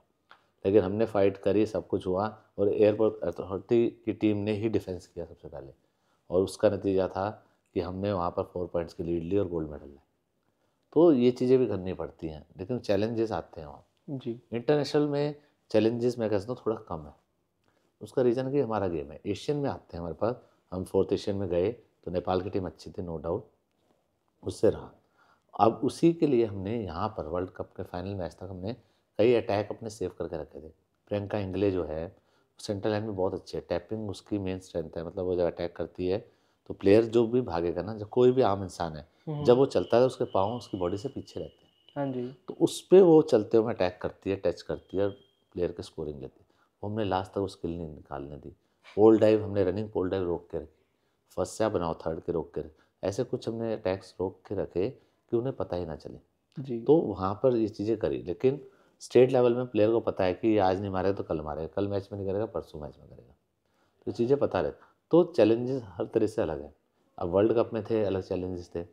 वर्ल्ड कप में हमारा सबसे बड़ा चैलेंज तो नहीं था, ना हमारा कोई टारगेट था, लेकिन हमने फिर भी वर्ल्ड कप में वर्ल्ड रिकॉर्ड बना दिया। जी। फर्स्ट मैच में ही वर्ल्ड रिकॉर्ड बन गया। मैं कह सकता हूँ कि उस टाइम में 15 में से 3 तो मेरे पास कप्तान थे। निर्मला भाटिया जो हाल ही में टेस्ट सीरीज हुई इसमें कप्तान रह चुकी थी। प्रियंका इंगले हैं जो पिछले 4th एशियन में एज ए प्लेयर थी, इस बार वो कैप्टन की हाँ जी, भूमिका, हाँ जी। तब भी मैं दोनों में चीफ कोच था इनका। ठीक है, नसरीन शेख जो पिछले एशियन चैंपियन में कैप्टन थी, उससे पहले भी कैप्टन रह चुकी हैं, वो मेरे पास थी, और इसमें भी वो एज ए प्लेयर पे सीनियर प्लेयर का रोल निभा रही थी। तो 3 कप्तान हो गए, चौथा मैं आ गया, तो वो पिलर हमारा ऐसा स्ट्रॉन्ग हो गया, कॉन्फिडेंस लेवल बढ़ा, तो हमने 175 का वर्ल्ड रिकॉर्ड बनाया। कपिल देव ने भी बनाया 1983 में। आप बिल्कुल। देखिए उन्होंने अपनी टीम के लिए 175 जिम्बाब्वे के खिलाफ मारे हैं, हाँ जी। हमने 175 भारत के लिए किया, तो वो स्कोर बनाया, वर्ल्ड रिकॉर्ड बनाया। और हम तो उम्मीद करते हैं कि रिकॉर्ड टूटे, रिकॉर्ड बनते टूटने के लिए। बिल्कुल। तो वो कॉन्फिडेंस लेवल वहाँ से स्टार्ट हुआ, हमारा स्ट्रैटेजी वहाँ से स्टार्ट हुई। उसको करते करते हमने 4 सेंचुरीज मारी। हमको फाइनल पोडियम पे गोल्ड मेडल लेने के लिए 6 मैचेस विन करने थे। मैचेस हमने 6 विन करे हैं, 6 में से हमारे पास 4 में सेंचुरी है। तो ये चीज़ शुरू होती है अलग लेवल से, और आपने एक बार प्रेशर कर दिया ना किसी भी टीम पे इंटरनेशनल लेवल, तो वो डाउन हो जाते हैं। दूसरी कंट्रीज डरने लग गई हमसे कि जब हमने कोरिया के खिलाफ इतना बड़ा स्कोर कर दिया, अगले मैच में कर दिया, तो नेपाल अपने आप ही प्रेशर में आ गई। नेपाल की वीकनेस यही थी कि उनके पास सबसे ज़्यादा यंग प्लेयर्स थे। अच्छा। ठीक है, यंग प्लेयर या तो धमाका करेंगे या डरेंगे। हमने उस चीज़ का फ़ायदा उठाया, हमने उनका सारा चार्ट निकाला था, उनमें एज बार सेलेक्ट लिया था। आने वाले टाइम में नो डाउट नेपाल अच्छी होगी और अच्छी हो जाएगी। होता है इंडिया से बहुत अच्छा फाइटिंग मैचेस जाएँ, तो लेकिन उन पर यंग प्लेयर ज़्यादा थे। हमारे पास यंग, मीडियम और सीनियर सीनियर प्लेयर्स थे। एक्सपीरियंस प्लेयर सारे थे, तो हमको उसका फ़ायदा मिला। और बाकी जो मेरी स्ट्रेटेजी थी एज ए चीफ कोच, हमने शुरू से रखी कि हमें प्रेशर रखना है, हमें स्टाइल भी मारना है, हमें हर चीज़ करनी है, जी। ताकि दूसरा जो टीम है उसका कॉन्फिडेंस लेवल लो रहे। वही हुआ, क्राउड का प्रेशर नेपाल नहीं झेल पाया, हमारी टीम के प्रीवियस रिकॉर्ड नेपाल नहीं झेल पाया। उसका ही नतीजा था कि हमने उसको भी फाइनल में वन साइड कर दिया। तो ये चीज़ें हैं, तीनों जगह स्टैंडर्ड अलग है। स्टेट लेवल पे अलग मिलेगा आपको, आपको प्लेयर्स का अलग मिलेगा, वहाँ सबसे टफ रहता है। उसके बाद नेशनल्स में अलग है, देन इंटरनेशनल में अलग है। तो इंटरनेशनल में आपकी स्ट्रैटेजी भी अलग हो जाएगी, बिल्कुल। और नेशनल में भी अलग है हर जगह। तो एज ए कोच पे हमें सब जगह देखना पड़ता है और प्लेयर्स को स्टडी करना पड़ता है। नेशनल्स में हमें पहले ही हमारे को फिक्चर्स मिल जाता है, हमें पता होता है कि कौन सी टीम पूल क्वालिफाई करके नॉकआउट स्टेज पे आएगी, हमें मिलेगी। तो हमें उनके मैचेस भी देखने पड़ते हैं कि भाई उनमें से किस प्लेयर को हम देखें या पिक करें, और वो उसकी क्या स्ट्रेंथ है या क्या वीकनेस है, उसको हम स्टडी करते हैं, फोटोज़ लेते हैं, फिर उसको इम्प्लीमेंट करते हैं मैचेस में वहाँ पर। तो ये चीज़ें चलती रहती हैं और लेवल में चलेंगी भी, और आगे और टफ होता जाएगा। बिल्कुल बिल्कुल। तो एक तरीके से जो प्रेशर होता है जब एकदम से हमें सामने वाली टीम के बारे में पता चलता है, तो हमें अपनी स्ट्रैटेजी चेंज करनी पड़ती है जो हमने पहले से सोच के रखी हुई थी, बिल्कुल या फिर हमें अपना कोई प्लेयर ड्रॉप करना पड़ता है, तो वो किस तरह से आप टैकल करते हो अपनी टीम के साथ में? बिल्कुल करना पड़ता है। अब ये आप देखिए, जब हमने 4 सेंचुरी मार ली थी, तो हमने जब प्रेस कॉन्फ्रेंस हुई तो हम पूरे कॉन्फिडेंट थे, हमने कहा हम 5वीं भी मारेंगे। हाँ जी। लेकिन वहाँ पे ऐसे सर्कमस्टांसेस बने कि हमने 5वीं जो सेंचुरी थी वो नहीं करी और हमने 80-82 पे रोक दिया। तो हमसे मीडिया ने भी ये पूछा, जी आपने कहा था, तो हमने ये बताया कि हमारे लिए प्लेयर पहले है, उसकी इंजरीज पहले है। जैसे आपने चक दे इंडिया में देखा होगा कि अर्जेंटीना की टीम रफ एंड टफ मानी जाती थी हॉकी में, उन्होंने कई प्लेयर, ऐसे ही यहाँ पर हुआ है। आप हमारे नॉकआउट स्टेज का मैच देखिए, तो उसमें इतना रफ एंड टफ था कि 3-3 प्लेयर इंजर्ड हो रहे हैं। ठीक है, हमने फिर अपने मेन प्लेयर्स को बाहर कर लिया। जी। ठीक है, जो हमारे सब्स्टिट्यूट प्लेयर थे जिनको था कि हमें बीच में यूज़ कर लेंगे बाद में, उनको हमने अंदर करा ताकि इंजरी हमारे पे ना हो। उनके 3-4 प्लेयर इंजर्ड हुए हैं, हम पे अटैक करते हुए या हमें गिराने के चक्कर में वो जो भी चलता रहा, तो हमारे लिए वही प्लेयर पहले है, तो हमको स्ट्रेटेजी करनी पड़ती है। हमने टारगेट सोचा था, लेकिन टारगेट से पहले हमारे लिए था गेम जीतना और प्लेयर सेफ्टी। हमने फिर प्लेयर की सेफ्टी के लिए उस टारगेट को भी रहने दिया, नहीं तो हम वो 5वीं सेंचुरी भी करते। तो ये चीज़ें डिपेंड करती है सिचुएशन के अनुसार, क्या है, किस टीम कैसे उतरेगी, क्या उसकी मानसिकता रहेगी, किस एग्रेशन में उतर रही है। भाई हारना उनका निश्चित है, हार के बाद कहीं हमारे को ऐसा कुछ ना दे जाए कि अगले मैच में हम हार जाएंगे पड़े, जी। तो हमें लेना पड़ता। हमने लिए हैं प्लेयर, हमने निर्मला को भी बाहर लिया जो हमारी वजीर थी मेन, हमने प्रियंका इंगले को भी लिया जो कप्तान थे। तो ऐसे कई खिलाड़ियों को मैंने लिया बाहर ताकि मुझे अगले मैच में उनकी ज़रूरत है, तो ये चीज़ें करनी पड़ती हैं। तो वो चीज़ करी, उसका नतीजा है आज गोल्ड मेडल है। तो स्ट्रैटेजी चेंज होएंगी और ये नेशनल लेवल पे भी होंगे, इंटरनेशनल लेवल पे भी होंगे। बहुत सही। बाकी हमने नेपाल को 78-40 के बिल्कुल पॉइंट से हराया था, तो बिल्कुल आपने ये सोचा था लाइक इतना बड़ा डिफरेंस, लगभग डबल? नहीं, ऐसा हुआ कि हमें था कि कंपटीशन रहेगा, लेकिन हाँ ये नहीं था कि इतना मार्जिन हो जाएगा। हाँ हाँ। उसका मैं पहले बता दूँ, वो हमारी जो स्ट्रैटेजी थी वो कामयाब रही। हमने अपना मेन बैच सेकंड टर्न में जब रनिंग के लिए आया वहाँ रोका हुआ था। अच्छा। उसमें चैत्रा भी थी, उसमें प्रियंका इंगले थी, उसमें रेशमा राठौर थी, ये सब थे। तो इन्होंने वहाँ पर 4 से 5 ड्रीम रन लिए, वहीं से मैच हमारी तरफ हो गया था। अटैकिंग में तो हमने स्कोर लिए थे, फिर अटैकिंग में जब हम आते हैं तो हमने स्कोर का मार्जिन बढ़ा दिया। तो ये चीज़ हमारी स्ट्रेटजी का पार्ट थी। एज ए चीफ कोच मैंने पहले ही बोला हुआ था उन्हें कि हम कुछ भी करके इस मैच को सेकंड टर्न में अपने पास लेके चलेंगे। फर्स्ट में चाहे हमारा क्लोज गया, बहुत क्लोज, लेकिन सेकंड में हमारी लीड इतनी बढ़ गई क्योंकि हमने अटैक में भी ले गए स्कोर, प्लस हमारे डिफेंस में जब आया तो उनको स्कोरिंग मिली नहीं और हमने ड्रीम रन पर ड्रीम रन लिए, तो उसका भी हमारे। तो ये तभी हुआ, स्ट्रैटेजी के अनुसार ही हुआ जो हम चाह रहे थे। और मैं हमेशा कहता हूँ कि मैं अकेला ऐसा नहीं हूँ कि मैं स्ट्रैटेजी बना सकता हूँ। जब तक कप्तान या टीम साथ नहीं होगी कभी भी स्ट्रैटेजी नहीं चल सकती। टीम सुनने वाली चाहिए, कप्तान सुनने वाला चाहिए, ठीक है, और कोच को भी सुनने वाला होना चाहिए। जी। ऐसा नहीं है कि मैं ये जो कह रहा हूँ वो पक्का हो। जो खिलाड़ी कहते हैं हमें उनकी भी सुननी पड़ती है, बिल्कुल बिल्कुल। उसके हिसाब से भी हमें करना पड़ता है कई बार, क्योंकि खिलाड़ी को ज़्यादा जानेगा जी। कोच से ज़्यादा। तो ये चीज़ें चलती है, वही हमने किया और हमारा स्कोर। तो आपकी एक तरीके से क्या राय है कि लाइक किस तरीके का मेंटल माइंडसेट होना चाहिए एक पर्टिकुलर यंगस्टर का इस जगह पर पहुंचने के लिए? देखिए, अगर आपको किसी भी यंगस्टर को वर्ल्ड कप जैसे स्टेज पे या ओलंपिक तक जाना है तो उसको थोड़ा अपने को कंट्रोल करना पड़ेगा, डिसिप्लिन में रहना पड़ेगा, प्लस थोड़ा मोबाइल से दूर रहना पड़ेगा। जी। सर, क्योंकि आज के टाइम में मोबाइल ही मैं कह सकता हूँ सबसे बड़ा दुश्मन है खिलाड़ी का। और आने वाले टाइम में आप देखेंगे मोबाइल ही सबसे बड़ा खिलाड़ी बन जाएगा। ई स्पोर्ट्स आ रहा है, मोबाइल पे हो रहा है। ओलंपिक्स में हम खो खो के लिए सोच रहे हैं, ई स्पोर्ट्स ओलंपिक में आ चुका है। ठीक है, जो अभी स्टार्ट हुआ है वो ई स्पोर्ट्स, मोबाइल गेमिंग सब ओलंपिक में चल रहे हैं। पबजी हो गया, सब हो गया ओलंपिक्स में।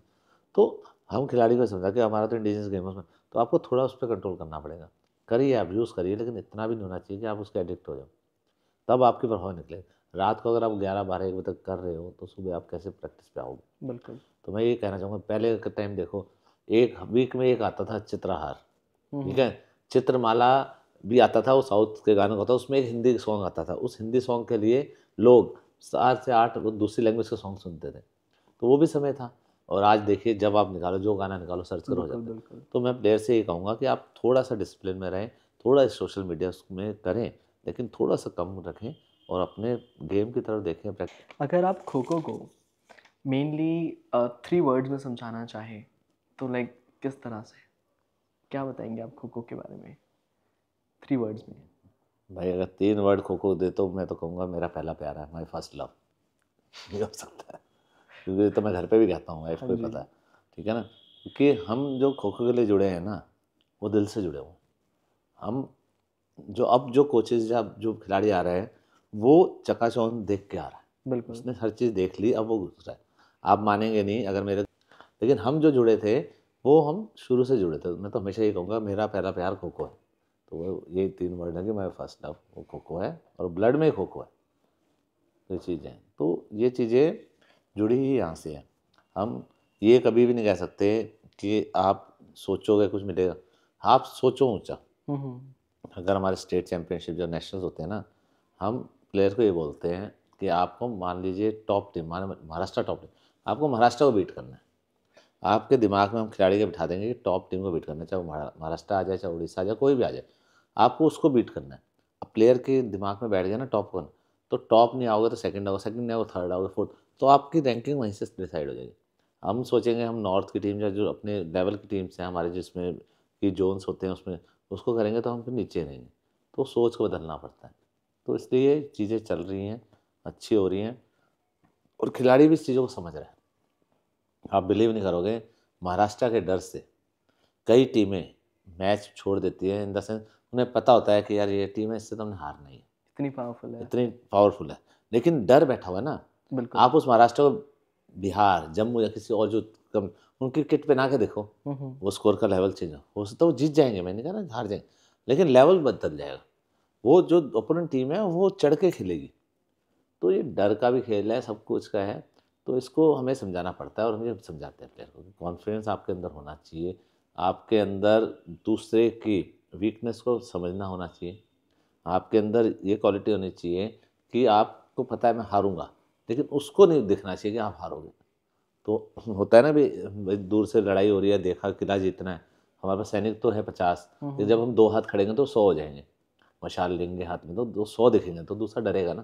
तो वही चीज़ है, तो हमें यही कहते हैं आप हारो, आप लेकिन फुल 100% दे के हारो, कोई गम नहीं होगा। मेरी टीम से कभी पूछोगे, मैं कहता हूँ आप मैक्सिमम खेल के आओ। आप आउट भी हो रहे हो ना, तो ग्राउंड के कोने में जाते हो, थक भी रहे हो, कुछ भी हो, लेकिन आप खेल के आओ। ये नहीं आप सरेंडर नहीं करोगे, आप 1 सेकंड एक्स्ट्रा खेल सकते हो तो वो भी खेलो, वो भी टीम का एडवांटेज है।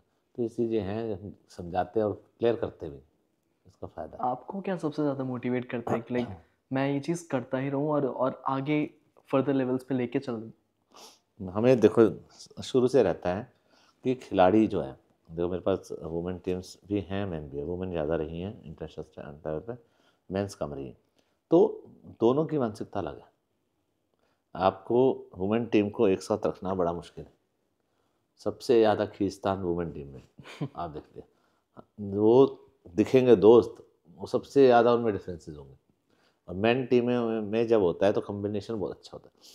तो हमारा शुरू से रहता है कि आप कुछ भी करो, आपका कम्बिनेशन होना चाहिए। हम उस पर ज़्यादा सबसे ज़्यादा वर्क करते हैं। अगर मुझे पता है कि इसका अटैक अच्छा है तो इसको मेरे को कहाँ पे सेट करना है, या किस थर्ड का अटैक है तो मैं थर्ड पे बिठाना है, तो फोर्थ का है तो फोर्थ पे लेना है, या ये कवर करके कहाँ लेके जाएगी। तो ये सारी चीज़ें कॉम्बिनेशन चलती हैं और दूसरे प्लेयर्स को भी बताना पड़ता है। तो सबसे ज़्यादा मेरे को रहता है कि इनमें कॉम्बिनेशन है, हार जीत अलग है। आप पार्टिसिपेट करने आ गए किसी टूर्नामेंट में, वो एक अलग बात है, लेकिन आपके अंदर कॉम्बिनेशन होना चाहिए, आप तभी स्कोरिंग मिलेंगे। अकेला हम डिफेंस करके रनिंग में पॉइंट दे जाएँ, टाइम दे देंगे, कुछ भी कर लेंगे, ड्रीम रन ले आएंगे, लेकिन जब वहाँ पर अटैक ही नहीं होगा तो सब ज़ीरो है। तो मेन है अटैक, आपका अटैक होना चाहिए। तो उसके लिए आपके पास कॉम्बिनेशन होगा तभी आप स्कोरिंग में, तो हम उस पर सबसे ज़्यादा ध्यान देते आपको बाकी क्या डिफरेंसेस फील होते हैं कि एक मेंस टीम है और एक वुमेन्स टीम है, तो इनको हैंडल करने में और क्या क्या डिफरेंसेस फील होते हैं? हैं। मेन टीम के अंदर ना जुनून अलग है, वो मतलब हार को बर्दाश्त नहीं कर सकते, उनका अलग है लेवल। वुमेन टीम सरेंडर जल्दी कर जाते हैं, उन्हें हमें बार बार मोटिवेट करना, पुश करना पड़ता है, नहीं तुम कर सकती हो, तुम करोगी। मैच के दौरान भी होता है, और हार से पहले रो जाएंगे।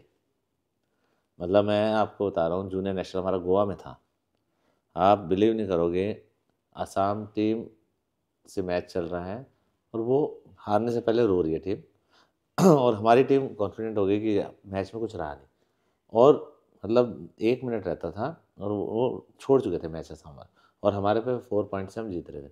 लेकिन हारते हुए भी उनमें क्या गुस्सा आया मुझे नहीं पता आज तक। उन्होंने 1 मिनट में 5 स्कोर कर दिए और दिल्ली हार गई, ये ऑन रिकॉर्ड। तो ये पता नहीं चलता गर्ल्स का क्या जाने, उन्हें मोटिवेट करना पड़ता। हमारी गर्ल्स ओवर कॉन्फिडेंट हो गए तो हार गए, और मैन के अंदर जुनून अलग है। मैं आपको एग्जांपल देता हूँ, हमारा अल्टीमेट खो खो लीग का मैं फाइनल मैच था, मैं उसमें चीफ कोच था तेलुगु विद्यास का, वो उड़ीसा से था, उड़ीसा जगन्नाथ से। तो पहली टर्न का हमारा स्कोर है 10-10, मतलब कि 10 पॉइंट हमने स्कोर किए हैं और 10 उन्होंने ड्रीम रन से लिए हैं। तो 10 को 10 से करो तो 0 है। मतलब एक टर्न का मतलब है कि एक बार जब हमने चेजिंग करी तो हमारे पास एक भी स्कोर नहीं है एक तरह से। तो हमारे पास सिर्फ रह गई एक टर्न। आधे खिलाड़ियों ने टीवी बंद कर दी, किसी को मतलब उनका ये मैच खत्म है। सब ने बोल दिया, मीडिया ने बोल दिया कि इस मैच में कोई जान नहीं बची। जब हम अटैक करके आए, वो टीम आई, बैठ गए, कैप्टन भी था प्रतीक वायकर जी, अब कप्तान थे वर्ल्ड कप में, वो हमारी टीम के तब भी कप्तान थे मेरे पास। तब भी मैंने उन्हें समझाया, मैं कहा मैच कहीं नहीं गया, मैच हमारा है, क्योंकि हमारी स्ट्रेंथ क्या थी, डिफेंस जी। हम अटैक को छोड़ते हैं। हमने कहा, मैंने कहा तुम भूल जाओ कि पहली टर्न स्टार्ट हुई है, तुमने टॉस जीता है और तुमने डिफेंस लिया है, क्योंकि ज़्यादातर आप देखेंगे कैप्टन टॉस जीतने के बाद रनिंग ही लेते हैं। तो मैंने कहा हम शुरू करेंगे वहाँ से, हमें मतलब ही नहीं कि वो टर्न में क्या हुआ। उन्हें वो मोटिवेट किया और मैं कहा इसमें हमारा मकसद रहेगा, पर्पज़ रहेगा, आपको ड्रीम रन लेने हैं मैक्सिमम, ठीक है, आप ड्रीम रन मैक्सिमम लाओ, अपनी टीम को ले जाओ। अब फिर ड्रीम रन लाएंगे, अब उसकी टीम भी फ्रेश है। तो हमने क्या किया, अपने 4th बैच को, जो हम कहते हैं 4 बैच होते हैं, वीक बैच को पकड़ा।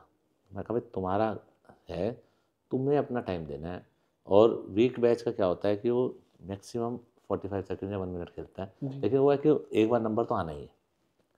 तो हमने स्ट्रैटेजी बनाई, मैंने समझाया, मगर तुमने फेस नहीं दिखाना, तुमने भागना है, जितना तुम भाग सकते हो भागो ग्राउंड के अंदर, जितना आप में दम है भागो, जितना मैक्सिमम खेल सकते हो खेलो। उस टाइम पे 2 मिनट 30 सेकंड में ड्रीम रन मिलता था, वो आप बिलीव नहीं करो 2 मिनट 21 सेकंड तक भागे जो 45। लेकिन उसका फ़ायदा क्या था, उन्होंने भाग के उस टीम को थका दिया। उसका मेरा मेन बैच आता है, प्रतीक वायकर और उनका आता है, उनकी आता है, और भी प्लेयर्स थे जो हमारे मेन थे, अब्दुल था, वो ड्रीम रन पे ड्रीम रन लाते जी। वो सिलसिला चला, मैचेस क्लोज होता गया, फिर अगली टर्न आई, हमने अटैक करे, उनके स्कोर लिए, फिर रहे, और मैच के लोगों के टीवी ऑन हो गए, जो बैट लगनी स्टार्ट हो गई। आप बिलीव नहीं करोगे, लास्ट के एक स्कोर उन्हें चाहिए 1 मिनट 32 सेकंड्स थे। मतलब जो मैच खत्म हो चुका है वो उस स्टेज पे आ गया, हमारी डिफेंस है, अगर वो एक स्कोर लेंगे तो 2 पॉइंट मिलेंगे, तो मैच टाई होगा। हाँ, अगर वो स्काई डाइव ले लेंगे या पोल डाइव ले लेंगे तो एक्स्ट्रा बोनस मिलेगा, तो मैच वो जीत सकते हैं। वो चला, अवधुत जो हमारी टीम का था प्लेयर, वो 1 मिनट 28 सेकंड पे आउट हुआ है, ठीक है। मतलब 4 सेकंड पहले वो मैच उनके फेवर में गया। वो भी कैसे गया कि वो स्काई डाइव दी गई जी, अगर वो डाइव दी जाती तो मैच टाई होता। तो जो मैच पहली टर्न स्टार्ट होने पे एक टर्न के बाद हम हार चुके हैं, 1 साइड हो चुका है मैच, वो मैच टाई की स्टेज तक पहुंचाया हमने। तो वो जुनून है लड़कों के अंदर। बिल्कुल। और लड़कियों में क्या होता है, वो कई बार बिल्कुल छोड़ देते मैच, सर अब तो कुछ नहीं होगा, क्योंकि मैं वुमेन टीम में भी हूँ, एयरपोर्ट अथॉरिटी में, तो हम उन्हें ये समझता, मैं कहा कुछ भी हो आप करो तो बेस्ट करो। तो वो चीज़ का फ़र्क है वुमेन और मैन में। मैन के अंदर जुनून अलग है, और उसका जीता था एग्जाम्पल है, आप अल्टीमेट खो खो लीग उठाओ या हमारे दूसरे मैच से उठाओ तो पता चल जाता है। तो ये चीज़ों का फ़र्क है, तो ये रहेगा। अब देखो प्रोफेशनलिज्म है, अभी लीग इनकी भी स्टार्ट होएगी जी, वुमेन्स की भी आई, तो हो सकता है हमें अलग हो जाए, सोच बदलती है खिलाड़ी की, ऐसा नहीं बदलती। और लड़कियों की बहुत बदलती है, लड़कियों की हाथ की रेखाएं बदलती हैं। कभी भी आप लड़की की हाथ की रेखा एज्यूम नहीं कर सकते, आज क्या है और शादी के बाद क्या हो जाएगी, सब चेंजेस होते हैं। तो अब होता लीग आएगी तो इनकी भी हो जाए, लेकिन अभी जो सोचा उस हिसाब से लड़के वो रहे। अभी जो आगे आने वाले प्लेयर्स हैं जो भी शायद और आगे बढ़ेंगे, तो आपका उनके लिए क्या मैसेज है? मेरा देखो सभी खिलाड़ी के लिए मैसेज है कि आप मेहनत करो, और आप किस्मत के धनी हो कि आप यंग प्लेयर हो और आपको ये प्लेटफॉर्म मिल सकता है ओलंपिक। आप में से ओलंपिक खेलेगा, ये जो आज टीमें खेले इनमें से कोई नहीं खेलेगा। तो आपसे बड़ा लक किसी के पास नहीं है। जो हमारा सपना 100 साल पुराना था वो आप पूरा कर सकते हो। तो उस सपने को साकार करने के लिए आपको इतने 12 साल लगाने पड़ेंगे और आपको आना पड़ेगा। तो वो चीज़ें हम अपने ग्राउंड पे भी बोल रहे हैं, हर जगह बोल रहे हैं, और खिलाड़ी के दिमाग में अगर वो बैठ गया तो वो आएगा।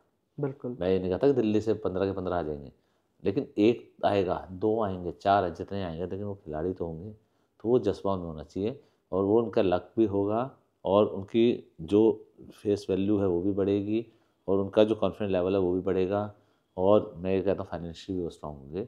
तो मेरा सभी खिलाड़ियों से यही है कि आपको इस चांस मिल रहा है, हो सकता है एज ए चीफ कोच हमें ना मिले, हो सकता है इन खिलाड़ियों को ना मिले, लेकिन आपको पता है यंग प्लेयर के लिए मेरा यही है कि आप ओलंपिक का एम रखो, ओलंपिक तक जाना है। ओलंपिक नहीं गए तो कोई एशियन गेम तक जाओगे, एशियन गेम नहीं तो कॉमनवेल्थ चैंपियनशिप तक आओगे, वर्ल्ड कप है, ठीक है, फिर हमारी एशियन चैंपियनशिप्स हैं, ठीक है, हमारी टेस्ट सीरीज़ हैं, तो बहुत है इंटरनेशनल उसमें, तो कहीं तो आप आओगे। बिल्कुल तो बिल्कुल। एम वो रखो। तो यंग खिलाड़ियों से ज़्यादा चांस किसी के पास नहीं है, क्योंकि उन्हें स्टार्टिंग स्टेज से ही मैट मिल रहे हैं, मैट शूज़ मिल रहे हैं, मैट पे खेलने का एक्सपोजर मिल रहा है। वही चीज़ें आपको इंटरनेशनल स्टैंडर्ड पे मिलनी है तो आप करेंगे, तो यंग प्लेयर ही चमकेगा। आपको लगता है कि जैसे कि हम जब मैं छोटा था, मैं 2001 में पैदा हुआ था, तो उस वक्त भी हम खेलते थे गलियों में और ग्राउंड्स पे जाके, लेकिन आज का बच्चा उस तरह से नहीं है। बिल्कुल आज का बच्चा मोबाइल पे ज़्यादा रहता है, बिल्कुल। तो उस चीज़ का क्या फ़र्क पड़ सकता है ज़्यादातर? देखिए, खिलाड़ी को अगर बनना है तो उसको त्याग तो करना पड़ेगा, बिल्कुल। ठीक है। और आप मेरे ग्राउंड पे आएंगे ना, अगर मेरे पास 200 प्लेयर्स हैं मान लीजिए, तो मैं 200 का नाम याद ही नहीं करता। जी। मैं ऐसा नहीं कि नहीं कर सकते हम, लेकिन मैं करता ही नहीं हूँ। उसका रीज़न क्या है कि प्लेयर को पता चल चुका है कि अगर मैं अच्छा बनूंगा तो सर को अपने आप रिकॉग्नाइज़ कर लेंगे। बिल्कुल। जो प्लेयर नेशनल लेवल का वो होता है, मैं फिर और जब प्लेयर का मैं नाम लेने लग जाऊंगा ना, तो उसके अंदर ऊर्जा बढ़ जाती है, उसका लेवल बढ़ जाता है। तो मीडिया उसका, तो हम कहते हैं डिसिप्लिन का कहते हैं, तो खिलाड़ी के अंदर कुछ ना कुछ आपको ऐसा देना पड़ेगा जो उसको टच कर जाए, उसके दिल को, वो छू गया तो वो ऊपर कर जाएगा। तो मैं अपने यहाँ ग्राउंड पे ये चीज़ करता हूँ, उसका फ़र्क पड़ता है 100%। खिलाड़ी जब मीडिया और उसमें जाता है ना, ऐसा नहीं उनको जाना चाहिए, कोई उसमें वो नहीं जाए, टाइम होना चाहिए, आपकी डिसिप्लिन होना चाहिए, लिमिटेशन होनी चाहिए। और हम तो खुद कहते हैं कि हमारे गेम को आगे बढ़ाओ, आप डालो, इंस्टा पे डालो, रील्स डालो, आप सोशल मीडिया पे करो, किसी हैंडल्स में डालो, क्योंकि वहीं पर आपके फॉलोअर्स बढ़ेंगे, लाइक्स बढ़ेगा, गेम बढ़ेगा। नहीं तो हम तो लिमिटेशन में रह जाएंगे। लेकिन आपका सब चीज़ लिमिटेड होनी चाहिए, आपको पढ़ाई भी करनी है, आपको ये करना है। मैं हर मेरे ग्राउंड पे जहाँ भी हम जाते हैं, हम प्लेयर को ये बोलते हैं, आप खो खो को कैच करो, खो खो आपको ना कर ले। मतलब कि आप पढ़ाई के साथ साथ इसको भी चलाओ। ये ना हो कि आप खिलाड़ी तो बन जाओ, एजुकेशन में आप पीछे रह जाओ। आपको दोनों चीज़ लेके चलनी है। बिल्कुल। और होना चाहिए। हमारा जब 3rd एशियन चैम्पियनशिप थी, तो उसका कैंप लगा था हमारा फरीदाबाद में, DOH में। तो हमने वहाँ पर 3 घंटे के लिए मूवी थिएटर रहता था, और जो भी आओ वो चॉइस की मूवीज़ चलेंगी। उसका पर्पज़ ये था कि मोटिवेशनल मूवीज़ चलेंगी तो उनको रिक्रिएशनल एक्टिविटीज़ भी चाहिए, तो ये भी रखना पड़ता है। जी। तो आप मीडिया पे भी रहो, उस पे भी रहो, सब रहो, लेकिन लिमिट्स में रहो और इस गेम का एम रखो। इस गेम के बारे में सोचो, ये सोचो कि ये मूवीज़ आपके लिए बने, खो खो पे मूवी बने, उसमें आप हो। तो ये चीज़ें सोचेंगे तो अपने आप निकल जाएंगे। और कर रहे हैं खिलाड़ी, ऐसा नहीं करते, करेंगे। मैं सबकी तो गारंटी नहीं लेता, लेकिन कुछ तो करते। अगर कभी आगे जाके आप पे मूवी बनती है, तो आप लाइक किस हीरो को चाहते हैं कि वो आपका रोल करे? मैं देखो, मूवी का हीरो तो हम ही रहेंगे, शाहरुख खान तो हम ही रहेंगे, ठीक है ना। जी। तो मैं तो ये चाहूँगा कि शाहरुख खान करे, क्योंकि पिक्चर बहुत आई, लेकिन मैं तो देखो कोच की भूमिका से देखूंगा ना। जी। बाकी पिक्चरों में तो खिलाड़ी देखे गए, तो एज ए कोच पर मैं चाहूँगा कि भाई शाहरुख खान रहे। भाई उनके चक दे इंडिया बहुत बढ़िया रही। और सबसे बड़ी बात है कि उस टीम के, वो वुमेन टीम के थे, तो मैं भी वुमेन टीम का चीफ कोच हूँ। मैं तो कहूँगा कि रियल में हम तो हमेशा ही कहते हैं कि बने तो वो करें, तो इस चीज़ का रहेगा, क्योंकि उस टीम को एक साथ रखना ही बड़ा मुश्किल था, जो हमने फिल्म भी देखी है। और ऐसे ही होता है, भारत की टीम को रखना है। हमने अभी कैंप में क्लियर बोला हुआ था प्लेयर्स को कि आप चाहे महाराष्ट्र से आए हो, चाहे कर्नाटक से आए हो, चाहे दिल्ली के हो, चाहे कहीं के हो, लेकिन आप जवाहरलाल नेहरू स्टेडियम के अंदर आ गए तो आप भारत की टीम हो गए। जी। आप 60 के 60 प्लेयर्स भारत के हो। 60 में से 45 हुए, देन 30 हुए, लास्ट फाइनल 15 हुए, लेकिन वो 60 के 60 प्लेयर हमारे लिए भारत के खिलाड़ी हैं, चाहे वो सिलेक्ट हों चाहे ना हो। उसमें जो रह गए 15 वो तो हैं ही। हमने 2 टीम्स का सोचा, जैसे 30 प्लेयर्स रखता, हमने टीम ए टीम बी करी, तो उसमें से वो प्लेयर्स में से 2 टीमें बन रही हैं। तो दोनों, आज इस टीम ने यहाँ रिप्रेजेंट करा है, हो सकता है अगले कोई टेस्ट सीरीज हो जो हम टीम बी को भेजेंगे। ताकि हम अपने प्लेयर्स को अलग कोचिंग कैंप में रखें ना, तो खिलाड़ी तो बनेगा और भारत का बनेगा। तो मैं तो कहूँगा कि शाहरुख खान ही हमारी टीम को वो करे।